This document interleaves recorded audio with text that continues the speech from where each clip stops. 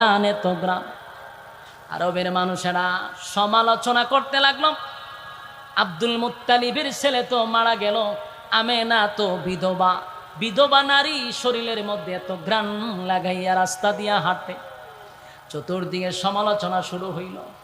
আব্দুল মুত্তালিবের কানে আসলো, তোমার বৌমা তো বিধবা হয়ে গেছে, তারে বলবা সে যেন এত মজার গ্রান লাগাইয়া রাস্তা দিয়া যেন না হাঁটে।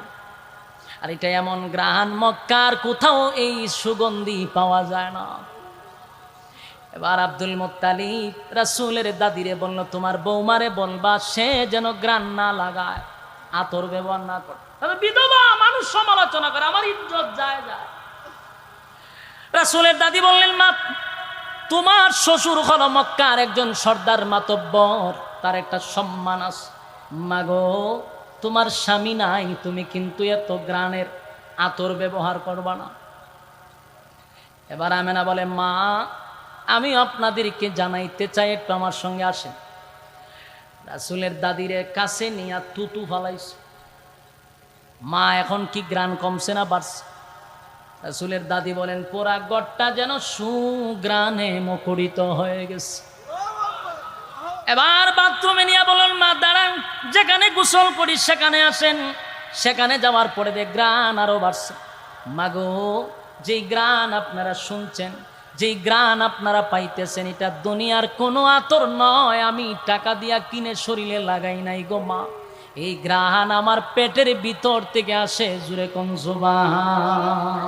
আমেনা বলেন, মা আমার শরীর থেকে গ্রান বাহির হয়, আমার মুখ থেকে গান বাহির হয়।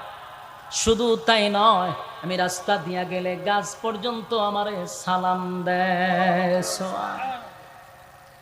যুবক ভাইরা আমার, এবার আসুন, যেদিন রাসূল দুনিয়াতে আসবে, কবে আসবে? কেউ বলে ৮ তারিখ, কেউ বলে 12ই রবিউল আউয়াল, ঠিক নেই? এই 12ই রবিউল আউয়াল মাসে শুবে সাদিকের সময় রাসূল দুনিয়াতে পদার্পণ করছে সোমবার দিনে। সত্য না মিথ্যা? 100% সত্য। হয় ৮ তারিখ হয়তো 12 তারিখ, কিন্তু সোমবার দিন শুবে সাদিকের সময় রাসূল দুনিয়াতে পদার্পণ করছেন। সুবহান। যুবক ভাইরা, রবিউল আউয়াল মাসে রাসূল দুনিয়াতে আসার কারণে আমরা খুশি না বেজার? কথা হয় না দি?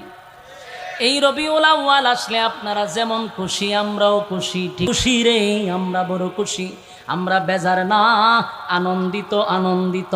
শুধু আমরা কেন, আসমান আনন্দিত, জমিনটাও আনন্দিত, সূর্য চন্দ্র গ্রহ নক্ষত্র পাহাড়